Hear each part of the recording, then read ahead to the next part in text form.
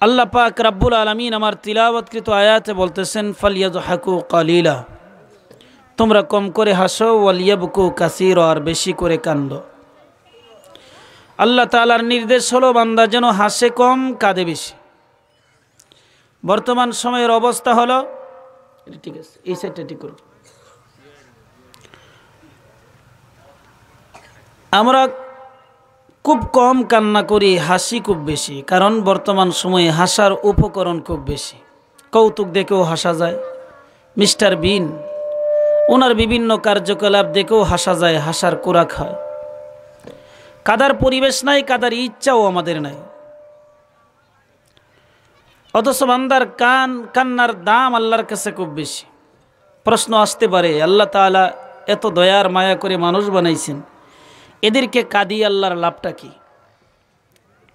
ভাইয়ের আমার, আমরা দেশীয় বাজারে যদি বিদেশি কোনো পণ্য আসে যেটা সব সময় পাওয়া যায় না, এই জিনিসের দাম একটু বেশি থাকে।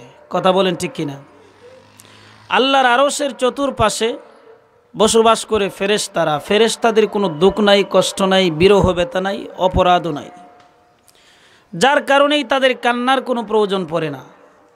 আর আমরা মানব জাতি, আমরা বসবাস করি দুনিয়াতে, আমাদের সুখ দুঃখ কষ্ট ব্যথা বেদনা বিরহ ইগুলাস গুনার প্রতি অনুতপ্ত হয়ে বান্দা কাঁদে। চোখের পানি আল্লাহর আরশের চতুর্পাশে নাই, একমাত্র দুনিয়াতে আছে, যার কারণে বান্দার চোখের পানির দাম আল্লাহর কাছে বেশি। ভাইরা আমার, ইয়াজিদ ইবনে মাইসারা قال আল-বুকাউ সাবআতা মিন আশিয়া। ইয়াজিদ ইবনে মাইসারা বলেন, কান্না হলো 7 প্রকার। কয় প্রকার? 7 প্রকারের কান্নাই আপনাদের সামনে আজকে আলোচনা করব। আপনাদের শোনার ইচ্ছা আছে তো ইনশাআল্লাহ? ভাইরা আমার, মুরাদপুর ঐতিহাসিক একটা মাহফিল প্রতি বছরই হয়। আমি কিন্তু বাটিবার আসার আগেও মুরাদপুর মাহফিলে আইছি। আর হুজুর তো খুব জানো, খুব পুরাতন ব্যক্তি, অভিজ্ঞতা সম্পন্ন। মাহফিলের সেটিংটা মোটেও ঠিক হয়েছে না। বিশেষ করে 2 সাইড দিয়ে 3 সাইড দিয়ে বাল্ব জ্বালানো থাকতো। একজন লোক যদি পিছন থেকে দাঁড়ায়, তার চেহারাটা যেন স্পষ্ট হয়। যারা ডেকোরেটার্সের পরিচালনা করে, এদের যেখানে এত কিছু না, এগুলো হুজুরা দেখাই দেওয়া লাগে। আসরের পরেও একজন হুজুর ওয়াজ করছেন, মাগরিবের পরেও করলেন। এখন যদি এই মাইক আমার তোলা যদি ঠিক করা লাগে, তো ওয়াজ কোন সময় হইব?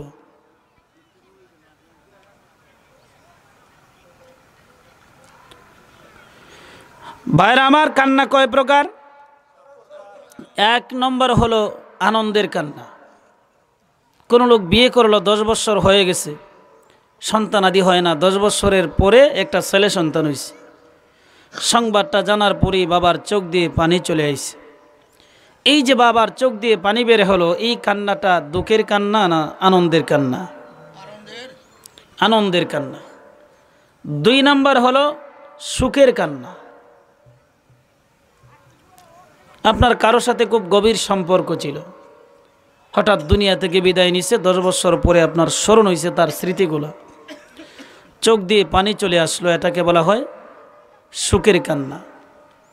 নবীজির ইন্তেকালের পরে হযরত বেলাল নবীজির দাফন কাফন শেষ করে তিনি সপরিবারে দামেস্কে চলে গেলেন। খুতবাতে জুলফিকারে লেখেন, দামেস্কে অবস্থান করতে লাগলেন হযরত বেলাল। হঠাৎ রাত্রে একবার নবীজির দিদার ওনার স্বপ্নে নসিব হয়ে গেল। নবীজি কেউ উনি স্বপ্নে দেখতেছে। কেউ যদি নবীজিকে স্বপ্ন দেখে, আল্লাহ রসুল বলেন, শয়তান আমি নবীর সুরত ধারণ করতে পারে না। যে ব্যক্তি স্বপ্নের মাধ্যমে নবীজিকে দেখলো, সে সত্যই নবীজিকেই দেখেছে। হযরত বেলাল কারে দেখলেন স্বপ্নে? জোরে বলেন, কারে দেখলেন? ঘুম ভেঙে গেছে। আল্লাহর নবী হযরত বেলাল রে স্বপ্নে বলতেছে, রে বেলাল, আমার ইন্তেকাল হয়ে গেল, দাফন শেষ করি তুমি আমার প্রাণের শহর মদিনা ছেড়ে চলে আসলে, দামেস্কে তুমি বসবাস করো। বেলাল, তুই এত নিষ্ঠুর হলে কিভাবে? এই কথা বলার পরে হযরত বেলালের ঘুম ভেঙে যায়। স্ত্রীকে নির্দেশ দেন, প্রাণের স্ত্রী কাপড় চুপড় গোলা গুছায় নাও, আর দামেশকে থাকবো না, মদিনায় চলে যাব। হযরত বেলাল মদিনায় সপরিবারে তিনি চলে আসলেন। মদিনায় এসে যখন হাজির হলেন, সাহাবীরা বেলালকে দেখে ভিড় জমালো। আহারে বেলাল, নবীও নাই, তুমিও চলে গেলে। বেলাল, মেহেরবানি করে নামাজের আজান দাও তুমি। নবীজির জমানার আজান তোমার কণ্ঠে শুনতে চাই। হযরত বেলাল রাজি হলেন না, প্রত্যাখ্যান করে দিলেন তাদের আবেদন। উনি বলেন, আজান দিয়ে আমি ঠিক থাকতে পারবো না। আগে যখন আজান দিতাম আর তাকিয়ে দেখতাম নবীজি আমার চোখের সামনে মেহরাবে বসা, এখন আজান দিব, নবীজির নামও তো আজানের মাঝে আসেনি না নাই? কথা বলেন। নবীজির নাম উচ্চারণ করব, কিন্তু নবীজিকে দেখতে পারবো না। এই বিরহ ব্যথা তো আমি বেলালের সহ্য হবে না।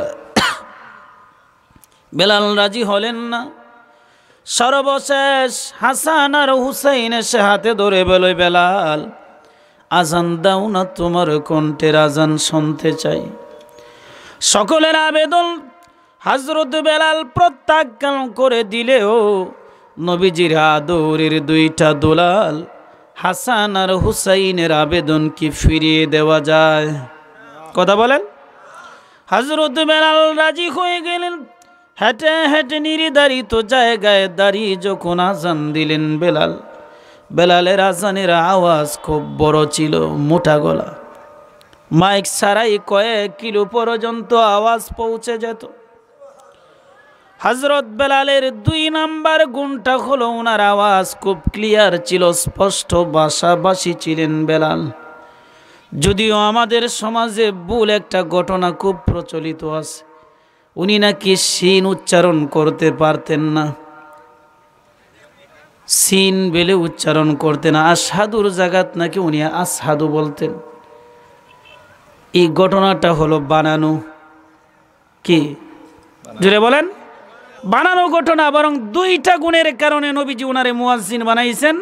এর মাঝে একটা হলো আওয়াজ খুব বড়, 2 নম্বরে আওয়াজ খুব ক্লিয়ার। উনার জিব্বার মাঝে ফেরাক টেরাক কেউ মারে নাই, এটা বানানো ঘটনা।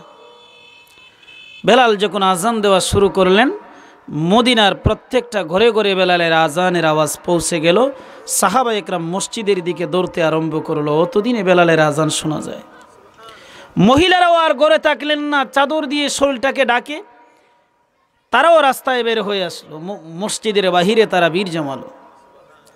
আজানের আওয়াজটা যখন ফাতেমার কানে গেছে, ফাতেমা হযরত আলীকে ডেকে বলে, স্বামী আলী, এতদিন পরে বেলালের আজানের আওয়াজ শোনা যায়। ও স্বামী আলী, আর ঘরে বসে থাকা যায় না, যান মসজিদে চলে যান। আমি ফাতেমার মন বলতেছে, বেলাল যেহেতু আজান দিচ্ছে, নামাজের মুসল্লায় এসে আমার আব্বা এসে দাঁড়াবেন। নবীজি তখন আসেন না, চলে গেছে। হযরত আলী চলে আসলেন মসজিদে। খুতবাতে জুলফিকারে লেখেন, মহিলারা যে বীর জমিয়েছিল, মহিলাদের কুলে একটা ছোট বাচ্চা ছিল। এই বাচ্চা ডেকে ডেকে কয়, মাগো, বেলালের আজান তো অনেকক্ষণ আগে শেষ হয়ে গেছে, নবী তো এখনো নামাজ পড়ানোর জন্যে আসেনি। ভাইরা আমার, হযরত বেলাল নাজান তো দিতেই ছিলেন, নবীজির নাম পর্যন্ত পৌঁছার পরেই তিনি মাটির মধ্যে পড়ে গেছে। হুশ যখন আসলো, হযরত বেলাল বলেন, নবীজির নাম উচ্চারণ করে আমি আর নিজেকে কন্ট্রোল করতে পারিনি। নবীজির বিরহ ব্যথা হযরত বেলাল পড়ে গেলেন। বেলাল কান্দে, সাহাবীরাও কান্না করতে শুরু করে দিলেন। মহিলা সাহাবিয়ারও কান্দে। এই কান্নাটাকে বলা হয় সুখের কান্না। কিসের কান্না? 3 নাম্বার হলো লোক দেখানো কান্না। মানুষের দেখানোর জন্য এক জাতের কান্না। মিথ্যাকে আড়াল দেওয়ার জন্যও এক জাতের কান্না আছে।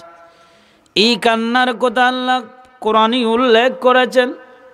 ইউসুফ আলাইহিস সালামের ভাইরা তাদের ভাই ইউসুফকে কুয়ার মাঝে নিক্ষেপ করে কেঁদে কেঁদে বাড়িতে হাজির হইছে। এশার সময়, কোন সময়? আল্লাহ রাব্বুল আলামিন বলেন ওয়াজাউ আবাহুম ইশাআন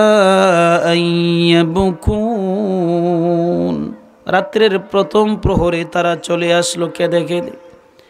আর ইউসুফের জামা মিথ্যা রক্ত লাগিয়ে নিয়ে আসলো জামার মধ্যে, ছাগল অথবা দুম্বা জবে করে। ভাইরা আমার, কেঁদে কেঁদে বাবাকে বোঝাতে চায় আব্বা ইউসুফকে সত্যিকার অর্থে বাগে খাইছে। আসলে কি ইউসুফ নবীরে বাগে খাইছে না তারাও খাইছে? জোরে বলেন। এই জন্যে আয়াতের ব্যাখ্যায় তাফসিরে উসমানীতে লেখেন, কোন লোক যদি কারো বিরুদ্ধে মিথ্যা অভিযোগ কেঁদে কেঁদে কোনো অভিযোগ দায়ের করে, আমার অমুকে মারছে, এই করছে, সেই করছে, আপনি তার কান্নাটা কি তার অভিযোগের যে সত্য এটা মনে করবেন না। কারণ এই লোকের কান্নাটাও ইউসুফ নবীর ভাইদের কান্না হওয়ার সম্ভাবনা আছে। 3 নাম্বার হলো বুকাউরিয়া, লোক দেখানো কান্না। 4 নাম্বারটা হলো আঘাতজনিত কান্না। শরীরের মাঝে যদি কোনো আঘাত পায়, চোখ দিয়ে পানি বের হয়ে আসে, এটাকে বলা হয় আঘাতজনিত কান্না। 5 নাম্বারটা হলো বয়ের কান্না। বয়ের কান্না এটা আবার কি কান্না? ছোট বাচ্চা হাত থেকে গ্লাস অথবা প্লেট ফেলে দিছে, ভেঙে গেছে, ফেলে দেওয়ার সাথে সাথে বাচ্চারা দেখবেন কান্না করে, কেন? মাইরের ভয়। 2 নাম্বার, ডাক্তার ইঞ্জেকশন দিবে, সুই দেখার পরেই বাচ্চারা কান্না করে কিনা? কিসের কান্না এটা? বয়ের কান্না। 6 নাম্বার হলো শুকরিয়ার কান্না। আল্লাহ রাব্বুল আলামিন আপনাকে এমন এক নিয়ামত দিলেন যেটা কল্পনাও করেন না, সাথীতে একটা নিয়ামত পাইছে। আপনি এই নিয়ামত পেয়ে আনন্দিত হয়ে চোখের পানি ছেড়ে দিছে, এটাকে বলা হয় শুকরিয়ার কান্না। আল্লাহর এক ওলি, উনি রাস্তা দিয়ে যাচ্ছেন, হঠাৎ করে দেখেন পাথর কান্না করে। কি কান্দে? পাথর কান্দে। আল্লাহর ওলি জিজ্ঞাসা করেন, পাথর রে, কেন তুমি কান্না করো? পাথরের জবান আল্লাহ খুলে দিয়েছেন। পাথর জবাব দেয়, আল্লাহর ওলি, আমি আসলে আল্লাহর ডরে, আল্লাহর ভয়ে কাঁদতেছি। কার ডরে? পাথরও কান্না করে। পাহাড় পর্যন্ত আল্লাহর ভয়ে কাঁদে।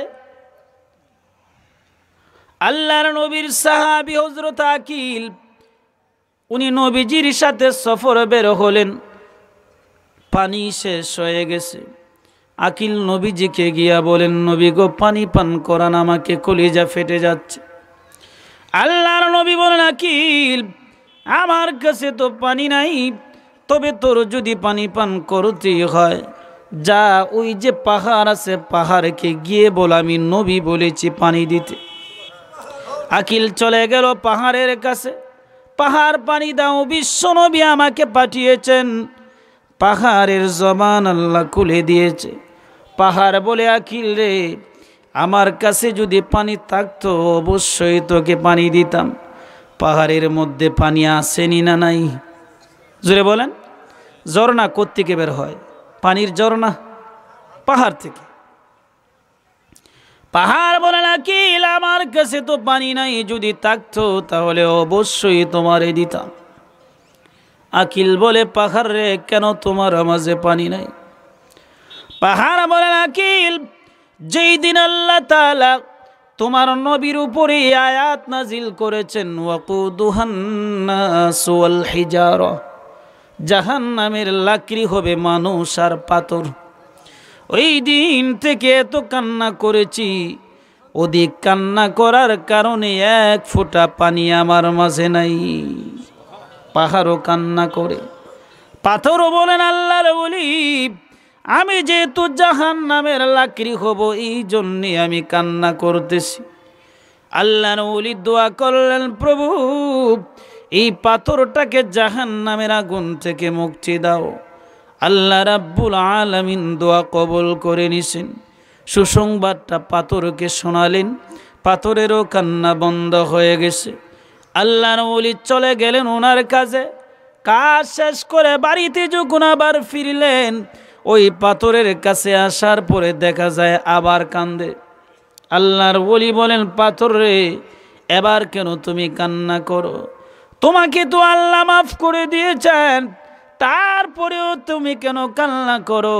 পাথর জবাব দে, আল্লাহর ওলি, যালিকাল বুকাউল খাউফি, ও আল্লাহর ওলি, আগের কান্নাটা ছিল আমার ভয়ের কান্না, ওয়াহাজা বুকাউস শুকরি ওয়াস সুরুর, আর এখনের কান্না হলো আনন্দ এবং শুকরিয়ার কান্না। আল্লাহ যে আমাকে জাহান্নাম থেকে মুক্তি দিলেন, এই জন্যের শুকরিয়া আদায় করতে গিয়ে কান্দি। এই কান্নাকে বলা হয় শুকরিয়ার কান্না। কিসের কান্না? কয় নম্বর গেল? 6। কয় নম্বর? 7 নম্বরটা হলো আল্লাহর বইয়ের কান্না। আল্লাহর বইয়ের কান্নার দাম আল্লাহর কাছে অনেক বেশি।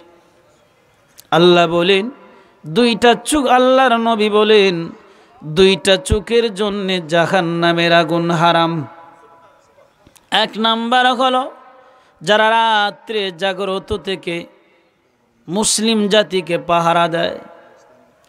2 নাম্বার হলো যেই চোখটা আল্লাহর বই নির্জনে নিরালায় আল্লাহর বয়ে বসে বসে চোখের পানি যেই চোখ ছাড়ে, এই চোখের জন্যেও জাহান্নামের আগুন হারাম। ভাইরা আমার, দুররাতুল্লাহ সিলেকেল আদম আলাইহিস সালাম আকাশ থেকে দুনিয়াতে, জান্নাত থেকে দুনিয়াতে আসার পরে হিন্দুস্তানের একটি পাহাড়ে আদম নবী 300 বৎসর কান্না করছে। কয়শো বছর?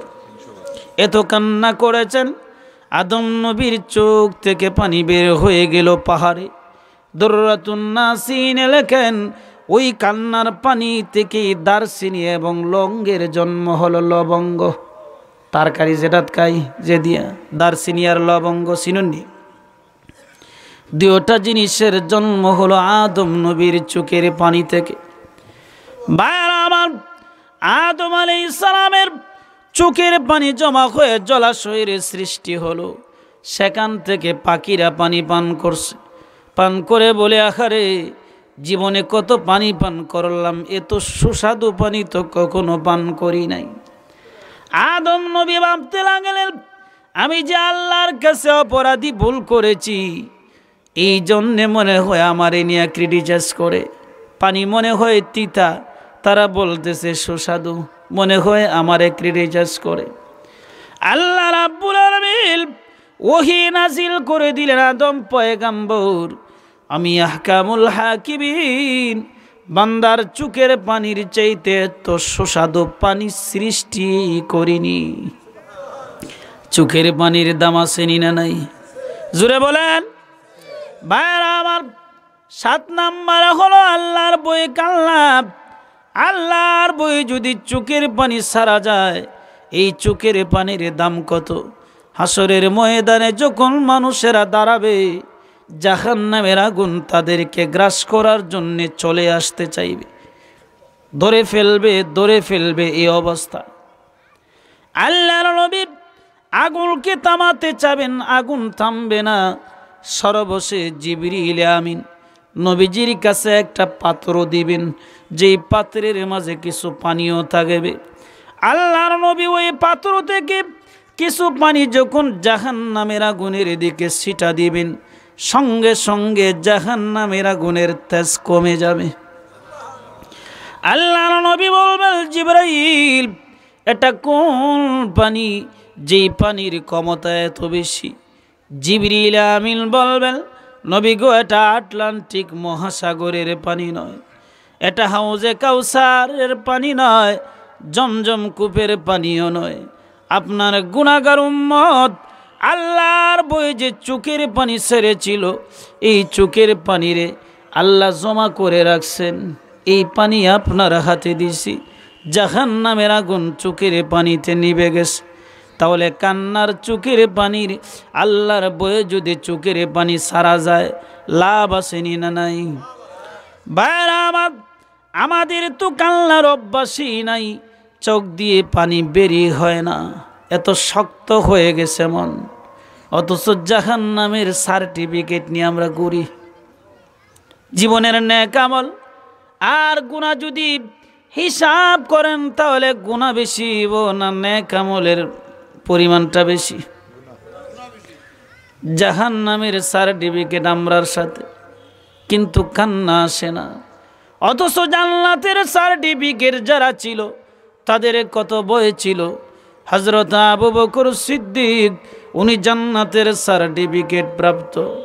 উনি এত কান্না করতেন, আবু বকর সিদ্দিক মদিনার পাখিকে লক্ষ্য করে বলতেন আর কাঁদতেন, রে মদিনার পাখি, তোর জীবনটা কতই না সুন্দর। তুই মনের আনন্দে গাছের ডালে বসে পাকা পাকা ফলগুলা খাস, এক ডাল থেকে অপর ডালে চলে যাস, আর মধুর সুরে তুই গান গাস, তোর কোনো হিসাব দিতে হবে না। কিন্তু আমি আবু বকর আশরাফুল মাখলুকাত হওয়ার পরেও আমার ভয়, আমার জীবনের হিসাবগুলো তো আল্লাহর কাছে দিতে হবে। ভাইরা আমার, আবু বকর সিদ্দিক আরো বলতেন, আমি যদি মদিনার ঘাস হতাম তাহলে ছাগল বকরি আমাকে খেয়ে ফেলতো। আমি কেন মানুষ হলাম? কেন আমি মানুষ হলাম? আবু বকর সিদ্দিক জান্নাতের সার্টিফিকেট প্রাপ্ত হওয়ার পরেও আল্লাহর বয়ে কাঁদছে। হযরত ওমর, উনিও তো জান্নাতের সার্টিফিকেট প্রাপ্ত সাহাবী, ভয় কতটুকু অন্তরে ছিল। আল্লাহর নবীর ওই সাহাবী ওমর নবীজির ইন্তেকালের পরে যখন জানতে পারলেন নবীজি মুনাফিকদের তালিকা নবীর এক সাহাবী হুযায়ফা ইবনুল ইয়ামানের কাছে দিয়া গেছেন, ওমরের অন্তরে ভয়ের সৃষ্টি হলো, জানি না এই তালিকা আমি ওমরের নাম আছে কিনা। এই জন্য ওমর প্রায় চলে যেত ওই সাহাবীর কাছে গিয়ে বলতো, হুযায়ফা রে, বল দেখি তোর এই তালিকা আমি ওমরের নাম আসেনি। ওমরকে হুযায়ফা জবাব দিতেন, ওমর বলা যাবে না, নবীজির নিষেধ। হযরত ওমর যখন জানতে পারলেন না ওনার নামটা তালিকা আসেনি না নাই, এমনিতে সর্বশেষ একটা কৌশল অবলম্বন করে ফেললেন। ওমরও বলেন, রে হুযায়ফা, নাম আছে কি না বলতে চেয়েছিলাম, বললে না, বলা যাবে না বলেছ। ও হুযায়ফা, তবে আমি একটা কথা জানতে চাই, আমি ওমর যদি এখন মৃত্যুবরণ করি, আমার জানাজার নামাজে তুমি হাজির হবে কি? হুযায়ফা ইবনুল ইয়ামান বলেন, ওমর, আপনি আল্লাহর নবীর তো প্রিয়, আপনি মারা যাবেন আর আমি আপনার জানাজায় যাব না, এটা তো হতেই পারে না। আপনি তো নবীর বড় প্রিয়, ঠিক কিনা? হযরত ওমর কি শুধু নবীরই প্রিয়, আল্লাহর প্রিয় ছিলেন কিনা? হাদিসে পাকে আছে, আল্লাহ রাব্বুল আলামিন হাসরের ময়দানে সর্বপ্রথম যেই ব্যক্তিটাকে আল্লাহ সালাম দিবেন তিনি হলেন ওমর। ওমরে আল্লাহ সালাম দিবেন। উনি কৌশল অবলম্বন করে বললেন, হুযায়ফা রে, আমি মারা গেলে আমার জানাজায় তুমি যাবে কি? হুযায়ফা বলেন, অবশ্যই আপনার জানাজায় আমি যাব। আবার ওমর মুস্কে হাসি দিয়ে বলেন, হুযায়ফা, জানতে চেয়েছিলাম আমার নামটা মুনাফিকের তালিকা আছে কিনা, তুমি জানাইলে না, বললে না। এবার কিন্তু কৌশলে জেনে গেছি।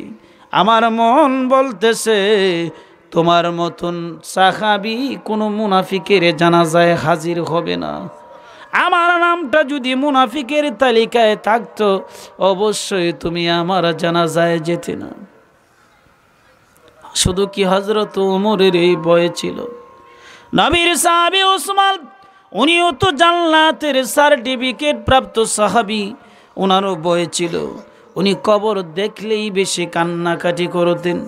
সাথীরা বলতেন, উসমান, হাসরের ময়দানের ভয়াবহতার কথা শুনে তো এত কান্না করো না, জাহান্নামের আযাবের ভয়াবহতার কথা শুনে এত কাঁদো না, কবর দেখলেই কেন এত কান্না করো? উসমান জবাব দিতেন, সাথীরা, হাসরের ময়দানের ভয়াবহতার কথা শুনে কেন কাঁদিনি জানুনি? হাসরের ময়দানে কিন্তু আমি উসমান একা দাঁড়াবো না, কোটি কোটি মানুষ আমার সাথে থাকবে, ঠিক কিনা? আমাকে যদি আল্লাহ জাহান্নামেও দেয়, জাহান্নাম তো আমি উসমানে একা দিয়ে ভরা সম্ভব নয়, আমি একা থাকবো না, জাহান্নামে আমার সাথে আরো অনেক লোক থাকবে। ও সাথীরা, কিন্তু কবর দেখলে কেন কান্না করে জানোনি? কবর এমন একটি ঘর, যেই ঘরে আমি উসমানকে একা রাখা হবে। যাইব কেউ সাথে? চেয়ারম্যান সাহেব যাইব জনগণের সাথে? দল যাইব? একা থাকা লাগবে। এই জন্য উসমান কবর দেখে বেশি কান্না করতেন। 2 নম্বরে বেশি কান্নার কারণটা হলো, উসমান বলেন, পরকালের প্রথম ঘাঁটি হলো কবর, এখান থেকে শুরু হইব। কবরে যদি মুক্তি পাওয়া যায়, তাহলে পরবর্তী যতগুলা বিপদের জায়গা আছে সবগুলা থেকে মুক্তি পাওয়া যাবে। কবরে যদি সফল হয় তাহলে সব ঘাটে সফল, আর কবরে যদি ব্যর্থ হয়ে যায় ঝামেলা আছে না নাই? কথা বলেন। আমরা তো পরকালের সফলতাকে সফলতাই মনে করি না, আমরা মনে করি দুনিয়ার জীবনের সফলতাই প্রকৃত সফলতা। ছেলে যদি একটা আমেরিকা পাঠানো যায়, কয়ে কারবার সারছে। আপনাদের ধারণা কি দুনিয়ার সফলতা প্রকৃত সফলতা? সারা দুনিয়ার মানুষ যদি আপনাকে ফুলের মালা দেয়, আল্লাহ যদি হাসরের ময়দানে বলে যা তুই দুজকে, আপনি সফল না ব্যর্থ? সারা দুনিয়ার মানুষ যদি আপনাকে জুতার মালাও দেয়, মরার পরে যদি আল্লাহ বলে যা তোরে মাফ করে দিলাম, আপনি সফল না বিফল? জুনায়েদ বাগদাদি রহমতুল্লাহি আলাইহি, উনি ওনার গ্রামের বাজারে হাঁটতেছেন, এক মহিলা আনাজপাতি বিক্রি করে। এই মহিলা দেখে জুনাইদরে বলতেছে, জুনাইদ, তোমার মুখে দেখা যায় কিছু দাড়ি আছে, আমার একটা বাড়িতে ছাগল ফালি, এই ছাগলের মুখেও কিছু দাড়ি আছে। আমরা দেশের সিস্টেম হইলে গিয়ে দাড়ির সংখ্যা যদি কম হয় আমার মতন, ওইটা ছাগল্লা দাড়ি বলে কিনা? ও জুনাইদ, বলো দেখি তোমার মুখের দাড়ি দামি না আমার ছাগলের দাড়ি দামি? কোন দাড়ি দামি? কোন দাড়িটা দামি? ছাগলের না মানুষের মুখের দাড়ি? জুনাইদ বাদেই দেন। জুনায়েদ বাগদাদি নীরব রয়ে গেলেন, কোনো কথা বললেন না, উত্তর দিলেন না, রাগও করলেন না। আমরা যদি খান সাহেব হুজুরে কেউ এমন কথা বলে, হুজুর লড়া লাগবো। আশিকিন যারা আছে, হ্যাঁ হুজুরের মহব্বতের লোক, এই বুড়ির দোকান রাখবো না ভেঙে লিব?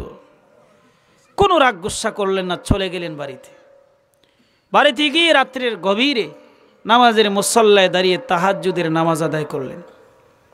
2টা হাত তুলে দিছে, প্রভু পারলাম না ওই বুড়ির প্রশ্নের জবাবটা দিতে। আমার তো জানা নাই আমার মুখের দাড়ি দামি না তার ছাগলের মুখের দামি। আমি জানি না আমাকে জান্নাত দিবেন না জাহান্নাম দিবেন।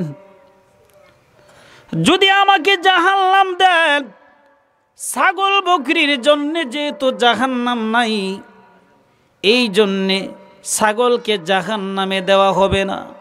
আমি যদি জাহান্নামী হই, তাহলে আমার মুখের দাড়িটাই কম দামি, ছাগলের দাড়িটা দামি হয়ে যাবে। প্রভু, এটা তো মরার আগে আমি বুঝতে পারবো না। আমি জানি না আমার জানটা রহমতের ফেরেশতা নিবে না আযাবের ফেরেশতা নিবে, এইটা তো আমি জানি না। প্রভু, তোমার কাছে ফরিয়াদ, ইন্তেকালের পরে তো আমি জানতে পারবো আমি কোন দলের। জানা যাবে কিনা? মরার পরে এই বুড়ির প্রশ্নের জবাবটা দিয়ে দেওয়ার একটু সুযোগ করে দিও। আল্লাহ জুনায়েদ বাগদাদির ওই আবেদনটা মঞ্জুর করে নিলেন। এলহামের মাধ্যমে জানায় দিলেন, জুনাইদ রে, যা তোর আবেদন আমি মঞ্জুর করেছি, ইন্তেকালের পরে কিছু কথা বলার সুযোগ তোকে দেওয়া হবে। জুনায়েদ বাগদাদি মুরিদদেরকে ডেকে ডেকে বলেন, মুরিদেরা রে, আমার ইন্তেকালের পরে গোসল দি, কাফনের কাপড় পরিধান করি, জানাজার নামাজ আদায় করে কবরস্থানের দিকে যখন নিয়ে যাওয়া হবে, যাওয়ার পথে বুড়ির দোকানের কাজ দিয়ে একটু লইয়া যাইও। ওনার ওসিয়ত অনুযায়ী মুরিদানরা ওনাকে গোসল দিল, কাফনের কাপড় পরিধান করার, জানাজার নামাজ আদায় করে কবরস্থানের দিকে যখন নিয়ে যাওয়া হচ্ছে, বুড়ির দোকানের কাছে যাওয়ার পরেই দেখা যায় জুনায়েদ বাগদাদি কাফনের ভিতর থেকে দুইটা হাত নাড়াচাড়া করতেছে। কি নাড়ায়? হাত নাড়াইতেছে। মরা লোক যদি কাফনের ভিতর থেকে হাত নাড়ায়, যাদের কাঁধে এই লাশ আছে এরার জান কি ভিতরে থাকবো না ওরাল দিব? আগে যেহেতু যদিও লা ইলাহা ইল্লাল্লাহ আর আশহাদু আল্লাহ কালিমা শাহাদাত পরে পরে নিচ্ছিল, যখন দেখে হাত নাড়ায় জিকির বদলে গেছে, পাল্টাইয়া লা হাওলা ওয়ালা কুওয়াতা বলা শুরু করছে। তাকায় রইছে, দেখা যায় জুনায়েদ বাগদাদি কাফনের ভিতর থেকে নিজের চেহারাটাকেও বের করে দিলেন। এবার তিনি কথা বলতে শুরু করে দিলেন, রে বুড়ি, তুমি জানতে চেয়েছিলে তোমার ছাগলের দাড়ি দামি না আমি জুনায়েদের দাড়ি দামি? বুড়ি গো, তোমার প্রশ্নের জবাব হলো তোমার ছাগলের দাড়ি চাইতে আমি জুনায়েদের দাড়ি দামি। বুড়ি বলে, জুনাইদ, এটা জীবিত থাকতে কেন এই প্রশ্নের জবাব দিলে না? মরার পরে কেন এই জবাবটা দিলে? জুনায়েদ বাগদাদি বলেন, বুড়ি গো, আমি জানতাম না আমার জানটা রহমতের ফেরেশতা নিবে না আযাবের ফেরেশতা নিবে। যদি আযাবের ফেরেশতা আমার জান নিত, তাহলে তো আমি জাহান্নামী, আর আমি জাহান্নামে গেলে তোমার ছাগলের জন্য যেহেতু জাহান্নাম নাই, তা সেই আমার চাইতে দামি, আমি কম দামি হয়ে যাই। ইন্তেকালের পরে বুঝতে পারলাম আমার জানটা রহমতের ফেরেশতারাই নিছেন, এই জন্যে আমাকে জাহান্নাম আল্লাহ দিবেন না, জান্নাতেই দিবেন। আর তোমার ছাগলের জন্য যেহেতু জান্নাত নাই, কাজেই তোমার প্রশ্নের জবাবটা হলো তোমার ছাগলের দাড়ির চাইতে আমি জুনায়েদের দাড়ি 1000 গুণ বেশি দামি। সফলতা দুনিয়ার না আখিরাতের? কথা বলেন। দুনিয়ার সফলতা চূড়ান্ত সফলতা না আখিরাতের সফলতা চূড়ান্ত? জোরে বলেন। ভাইরা আমার, আল্লাহ রাব্বুল আলামিনের ভয় যদি অন্তরে পয়দা করা যায়, নবী সুরজ বলে একটা গাভীর স্তন থেকে দুধ দহন করার পরে যেভাবে এই দুধ আর ফেরত দেওয়া যাবে না, ঠিক তেমনি ভাবে আল্লাহর ভয়ে যেই চোখ থেকে পানির ফোঁটা পড়বে তাকেও জাহান্নামে প্রবেশ করা হবে না। 7 নাম্বারটা হলো আল্লাহর ভয়। কার ভয়? আল্লাহর ভয় অন্তরে যদি পয়দা করা যায় লাভ আছে। বাইরে আমার বান্দা যত হাসবে বেশি তার দিল মরবে, আর যত কাঁদবে তার দিল জিন্দা হবে। আল্লাহর নবীর সাহাবী হযরত আলী রাদিয়াল্লাহু আনহু, উনি কেমন কান্না করেছেন, কেমন ভয় অন্তরে ছিল। নবীর এই সাহাবীর বাড়ি ছিল ইয়ামন দেশে, গরিব ছিলেন। ইসলাম গ্রহণ করার আগে ঘর বাড়ি কিছুই ছিল না, পরিধানের কোনো কাপড় একটা চাদর ব্যতীত ছিল না। হযরত আলী একটা চাদর পরিধান করেই জীবন কাটাতেন। ঘর যেহেতু নাই, দিনের বেলায় গাছের ছায়ায়, আর রাত্রি বেলা উনি শিয়ালের গর্তে প্রবেশ করে রাত কাটিয়ে দিতেন।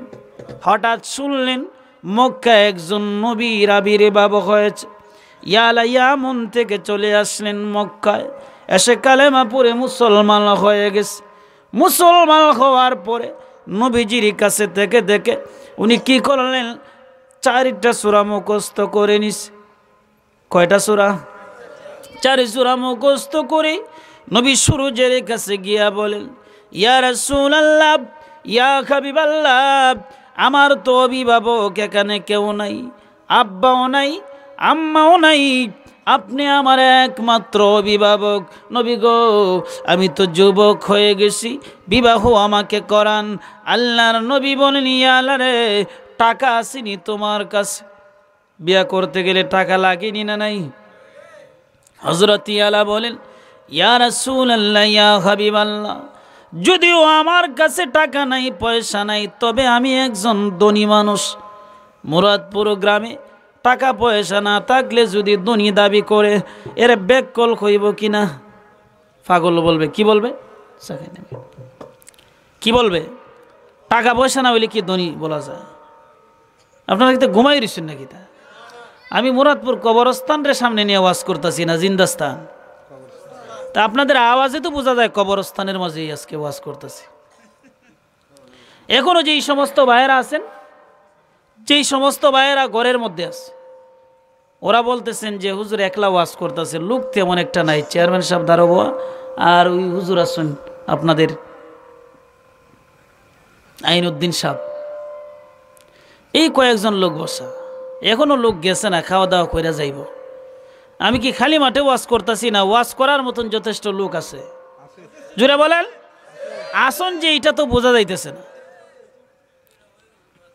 কাজেই যারা এই কথা বলছে আজকে করে বরগাছে যে লোক নাই, এরার কথাটা যে অসত্য, এটা যদি প্রমাণ করতে পারেন, এরা আক আর না আক ওয়াজ একটা দ্বন্দ্ব লাগানি যাইব জামাইয়ের বোর মাঝে। তা আমি একটু সিস্টেম দেখাই। আমি প্রথমে নারায়ে তাকবীর দিব, যারা বিয়া করছেন তারা আল্লাহু আকবার বলবেন, প্রশ্ন বুঝেন যেন। 2 নম্বরে নারায়ে তাকবীর দিব, যারা বিয়া করছেন না তারা আল্লাহু আকবার বলবেন। 3 নম্বরে নারায়ে তাকবীর দিব। 3 নম্বরে 2 দল একজুট হইয়া, আওয়ামী লীগ, বিএনপি, জাতীয় পার্টি দরকার হয়, হ্যাঁ, কাদের সিদ্দিকীর চাচার গামছা, সব একজুট হইয়া আল্লাহু আকবার বলবেন। রাজি আছেন? প্রশ্ন বুঝছো? প্রশ্ন বুঝে আইছিনি? প্রথমে যারা বিয়া করছেন তারা, 2 নম্বরে যারা বিয়া করছেন না তারা। তাহলে শুরু হয়ে যাক। রেডি কে হবে এখন? বিয়া করছেন যারা তারা নাকি? নারায়ে তাকবীর। আপনি বিয়া করছেন না কি? দেখুন, আবার আপনাদের জন্য সুযোগ। যারা বিয়া করছেন তাদের জন্য। মনেই নাই বিয়া করছে কিনা, এত আগে তান বিয়া করছে। যারা বিয়া করছেন তাদের জন্য আবার নারায়ে তাকবীর। এখন যারা বিয়া করছো না তোমরা, মান সম্মানের প্রশ্ন আওয়াজের মাধ্যমে বুঝাই দিতে এবার সময় হয়ে গেছে। রেডি তো? নারায়ে তাকবীর। এই আওয়াজ দিয়ে বিয়া পাইতা। আবার আবার যারা বিয়া করছো না, নারায়ে তাকবীর। এখন 2 দল একজুট হইয়া নারায়ে তাকবীর। দিন ইসলাম, দিন ইসলাম, ইসলামী মহাসম্মেলন। ভাইরা আমার, বলতেছিলাম এখানে কিছু লোক দাঁড়ায় রয়েছে। আমি কই আপনারা তো শাসক ইয়ে নিন না, আমি সিস্টেম ধরে হয়তো ওয়ারেন্টভুক্ত আসামি, নতুবা দাঁড়িয়ে থাকবে কেন? পুলিশ যদি হামলা দেয়, হের মনের মাঝে এই সাহসটা নাই যে চেয়ারম্যান সাহেব কেন আসুন, পুলিশে বইলেও ধরে নিতে পারতো না, গুমো থাকলেও নিত না। ভাইরা আমার, হযরত আলা বলেন, নবী গো, আমার কাছে যদিও টাকা নাই, তবে আমি ধনী মানুষ। টাকা না হইলে ধনী হয়। হযরত আলা কে নবীজি বললেন, ইয়ালা রে, তুই ধনী কিভাবে হইলে?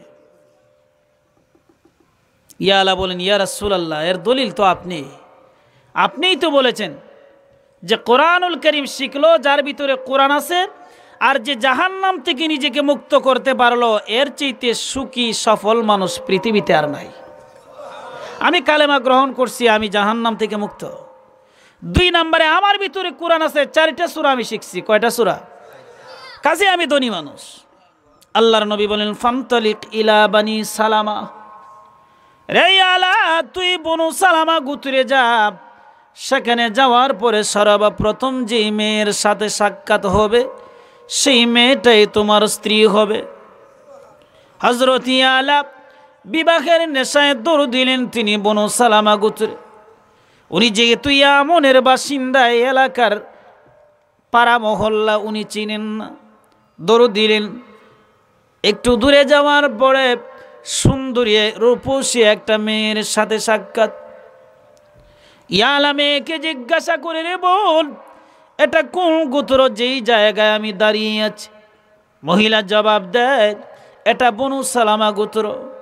ইয়ালা সঙ্গে সঙ্গে তাকবীর উচ্চারণ করতে লাগলেন, আল্লাহু আকবার, আল্লাহু আকবার।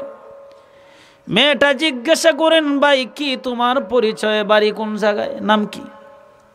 ইয়ালা জবাব দেয়, বোন রে, আমি তোমার দূরের কেউ নয়, একেবারে কাছের জন আমি। ও বোন, আমি হলাম তোমার একমাত্র স্বামী। এমনিতেই মেয়েটার মাথায় যেন আকাশটা ভেঙে পড়েছে। এ কোন যুবকের সাথে সাক্ষাৎ, যার সাথে কোনো দিনের আগে আমার দেখা হয়নি। মোবাইল দিয়ে মিস কল দিয়েও কখনো আই লাভ ইউ বলিনি। তার দাবি হলো আমি নাকি তার স্ত্রী। মেয়েটা জিজ্ঞাসা করে, ভাই তোমার কাছে দলিল আসেনি? আমি জানতে চাই আপনাদের কাছে ওনার কাছে দলিল আসেনি না নাই? দুর্বল না সবল?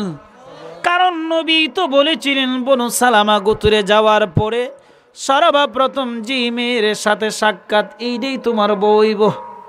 ওনার সাথে তো সাক্ষাৎটা প্রথম হইছে। তাহলে এই মহিলা ইয়ালার কি হয়? জোরে বলেন কি হয়? আমি তোমার স্বামী।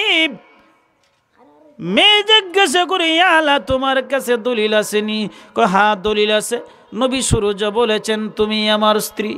এমনিতেই মেয়েটা থমকে গেল আর বলল, ইয়ালা রে, শুধু তোমার মুখের কথা আমি বিশ্বাস করতে পারিনি। চলো নবীজির কাছে যাই। নবীজির কাছে যাওয়ার পরে নবীজির জবান থেকে আমার শুনতে হবে কথাটা সত্য না মিথ্যা। দুজন রওনা দিলেন নবীজির কাছে। নবীজির কাছে যখন রওনা দিলেন, রাস্তা অগ্রসর হতেই এই মেয়েটার বাবা এবং ভাই সামনে হাজির। পায়ের নিচ থেকে মাটি সরে গেছে। উপযুক্ত একটা মেয়ে অপরিচিত যুবকের সাথে যাচ্ছে। এমনিতেই বয়স শরীরটা কাঁপতে শুরু করছে। মোবাইল দূরে রাখো, ইঞ্জিন থেকে মোবাইলটা দূরে রাখো।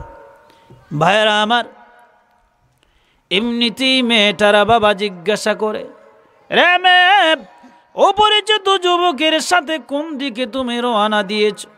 মেয়েটা বলে, আব্বা, এই যুবকের দাবি হলো নবী নাকি বলেছেন আমি তার স্ত্রী। কাজেই নবীজির জবান থেকে কথাটা শ্রবণ করার জন্যে যাচ্ছে। মেয়েটারা বাবা বলেন, মেরে তাহলে আমরাও যাব, আমরা নেও। এবার 4 জন হয়ে গেছে, নবীজির কাছে হাজির হয়ে গেল। আল্লাহর নবীকে গিয়ে মেয়েটারা বাবা বলেন, ও গো নবীজি, আপনি নাকি বলেছেন আমার সুন্দরী মেয়ে এই যুবকের স্ত্রী? নবীজি বলেন, হ্যাঁ আমি বলেছি। সাহাবী বলেন, ইয়া রাসূলুল্লাহ, ইয়া হাবিবাল্লাহ, যদি আপনি বলে থাকেন আমার কোনো আপত্তি নাই, তবে একটা অনুরোধ, সাহাবীদের মজলিসে আপনি বিয়াটা পড়ায়া দেন। নবীজি বিবাহ পড়ায়া দিলেন। আল্লাহর নবী এবার ইয়ালার শ্বশুরকে বলেন, ইয়ালার শ্বশুরে, যাও তুমি বাড়িতে যাও, দামান তো আজকেই তোমার বাড়িতে হাজির হয়ে যাবে। যাও গিয়ে টাকা খাওয়ার ব্যবস্থা করো, বিছানা করো, তোমার দামান তো আজকেই চলে যাবে। এই বৃদ্ধ সাহাবী বাড়িতে এসে উনি টাকা খাওয়ার জায়গা করলেন। নবীর সাহাবী আলা এশার নামাজ নবীজির পিছনে আদায় করে শ্বশুরালয়ের দিকে রওনা। যেই মুহূর্তে গিয়ে দেখলেন এলাকার সবচাইতে ধনী লোকটা ওনার শ্বশুর। ঘরে প্রবেশ করলেন। ওনার চোখের সামনে টেবিলে সাজানো বিভিন্ন আইটেমের খাবার, আরামদায়ক বিছানা, আর সুন্দরী স্ত্রী তো আসেনি। হঠাৎ করে তিনি নামাজে দাঁড়ায় গেছে। 2 রাকাত নামাজ আদায় করে মুনাজাতের মধ্যে শামিল হয়ে গেলেন। উনি বলতে লাগলেন, প্রভু আমার কোনো ইজ্জত সম্মান ছিল না, আমি তো ইসলাম গ্রহণ করার আগে একটা চাদর পরিধান করে জীবন কাটাতাম, আমার টাকার কোনো গরু ছিল না, দিনের বেলায় গাছের ছায়ায় আর রাত্রি বেলায় শিয়ালের গরুতে আমি রাত কাটাতাম। অগণবিজি আমি কোরআন শিকার কারণে, দিন ইসলাম গ্রহণ করার কারণে 4টা সূরা মুখস্থ করেছি। এই 4 সূরার বদৌলতে আমার এত ইজ্জত দিছ, আমি তোমার কি শুকরিয়া আদায় করি। আজকে পেয়ে গেলাম সুন্দরী স্ত্রী, হয়ে গেলাম এই এলাকার সবচেয়ে ধনী লোকের দামান, উন্নত মানের খাবার আমার সামনে রেডি, আরামদায়ক বিছানায় বসে আছি, প্রভু তোমার কি শুকরিয়া আদায় করি। এইভাবে মোনাজাত করে আর 2 রাকাত নামাজ আদায় করে ফাঁকে ফাঁকে মোনাজাত করে সারাটা রাত্রি তিনি কাটায় দিছেন। নবীজির কাছে গিয়ে ফজরের নামাজ আদায় করে সেখানে থেকে গেলেন, জোহর আসর মাগরিব এশা আদায় করে 2 নম্বর রাত্রিতে শ্বশুর বাড়িতে আসলেন। আবার সে আগের অবস্থা, নামাজ পড়ে আর কান্না করে, প্রভু তোমার কি শুকরিয়া আমি আদায় করি, কি শুকরিয়া আমি আদায় করি। এইভাবে নামাজ পড়ে পড়ে আর মোনাজাত করে করে 3টা রাত কাটিয়ে দিছে। 4 নম্বর রাত্রিতে কিছু লোক গেছে তাদের হাল হকিকত জানার জন্যে। মন মতো হইছিনি একজন আর একজনের, যায় কি যায় না? আমরা সমাজেও বাবিরা যায়, দাদিরা যায়, জিগায় কে কোন অবস্থায় আছে। যে মুহূর্তে কিছু লোক গিয়ে জানতে চাইল তাদের অবস্থা কি, মেয়েটা কেঁদে কেঁদে বলেন, আজকে 3টা রাত তো চলে গেছে, 4 নম্বর রাত হাজির, কিন্তু এমন কোন যুবকের কাছে নবী আমাকে বিয়ে দিলেন, শুধু নামাজ পড়ে আর কান্নাকাটি করে, না কোনো খাবার গ্রহণ করে, না আমার সাথে কোনো কথা বলে, আরামদায়ক বিছানায় ফিট লাগাইনি, শুধু কান্না করে আর নামাজ আদায় করে।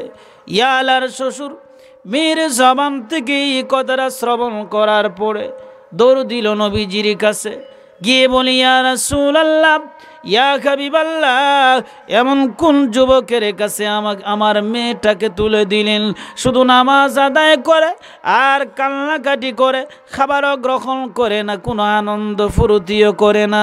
নবীজি ইয়ালাকে ডাকলেন, ইয়ালা রে, তোমার শ্বশুর তোমার বিরুদ্ধে যে অভিযোগ দায়ের করেছে এটা সত্য নাকি? ইয়ালা জবাব দেয়, হ্যাঁ, এটা 100% সত্য, একটুকু মিথ্যা নয়। নবী সূর্য বলেন, ইয়ালা, তাহলে কেন তুমি এমনটা করো? ইয়ালা জবাব দেয়, ইয়া রাসূলুল্লাহ, ইয়া হাবিবাল্লাহ, আমি যে 4টা সূরা মুখস্থ করেছি এর মাঝে একটা হলো সূরাতুত তাকাসুর। কি নাম? আলহাকুমুত তাকাসুর নামে যেটারে চিনি, অধিকাংশেরই মনে হয় মুখস্থ আছে। মুখস্থ না থাকলেও ইমাম সাহেবরার জবান থেকে শুনছেন, সূরাতুত তাকাসুর, আলহাকুমুত তাকাসুর। ইয়া রাসূলুল্লাহ, ইয়া হাবিবাল্লাহ, এই সূরাতুত তাকাসুরটা আমার চোখের সামনে ভেসে ওঠে। নবী গো, এই সূরাটা আমাকে ঘুমাইতে দেয় না, এই সূরাটা আমাকে আনন্দ ফুর্তি করতে দেয় না, খাবার খেতেও দেয় না, এই সূরাটা আমাকে বাধা দেয়। এই সূরার মাঝে এমন কি আছে বাধা দেওয়ার? বাইরা আমার, আল্লাহ রাব্বুল আলামিন সূরাতুত তাকাসুরে বলেন, আলহাকুমুত তাকাসুর, দুনিয়ার মুখে যারা মত্ত হয়ে আছে, দুনিয়ার লোভ লালসায় এরা গাফেল হয়ে দুনিয়ার মায়ার মহব্বতে মত্ত।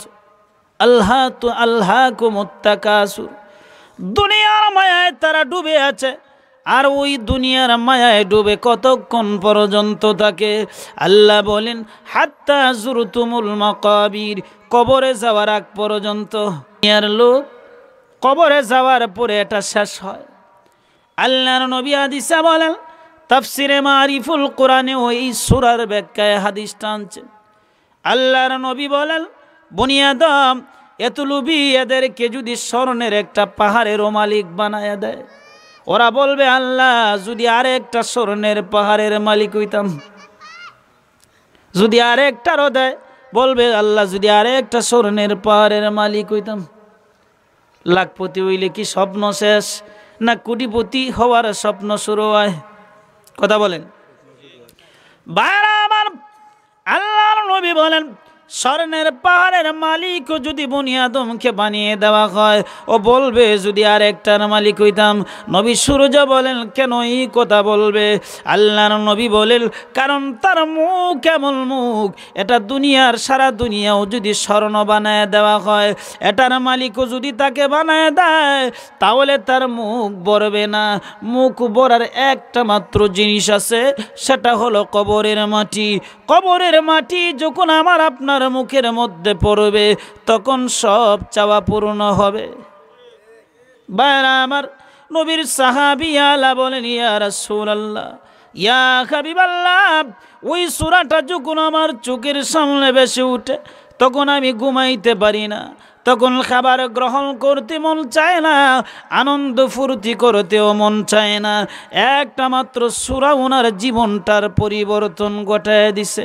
শুধু নামাজ পড়ে আর কান্নাকারি করে, আর কোরআন তো এটাই কোরআন, যে কোরআন মানুষের জীবনের অবস্থার পরিবর্তন ঘটায়, ঠিক কিনা? হিরোরে জিরো বানায় আর জিরোরে আবার হিরো বানায় দেয়। কোরআনের বিরোধিতা করলে হিরো হয়ে যায় জিরো। কোরআনের পক্ষে থাকলে হিরোরে আল্লাহ জিরো বানায় দেয়, ঠিক কিনা? কোরআনের সাথে আমরণ পর্যন্ত থাকার ইচ্ছা কার কার আছে? হাত উঠান দেখি। আল্লাহ আমাদেরকে কোরআনের জন্য কবুল করুক, সকলে বলুন আমিন। হাত নামান। এই কোরআনের সাথে সম্পর্ক করতে পারলে কি লাভ, কি লাভটা কোরআনের সাথে সম্পর্ক করতে পারলে সহজে আমরা বুঝি। সহজ একবারে উদাহরণ, আমরা সমাজে গরুর চামড়া দিয়ে জুতাও বানায়, কোরআন শরীফের কাবারও উপরের যে কাবার আছে এটাকেও বানানো হয়, ঠিক কিনা? জুতারে কেউ আজ পর্যন্ত চুমু দেয়? কোরআন শরীফের কাবার যেটা হয়ে গেল গরুর চামড়া, এটারে সোমা দেয় কিনা?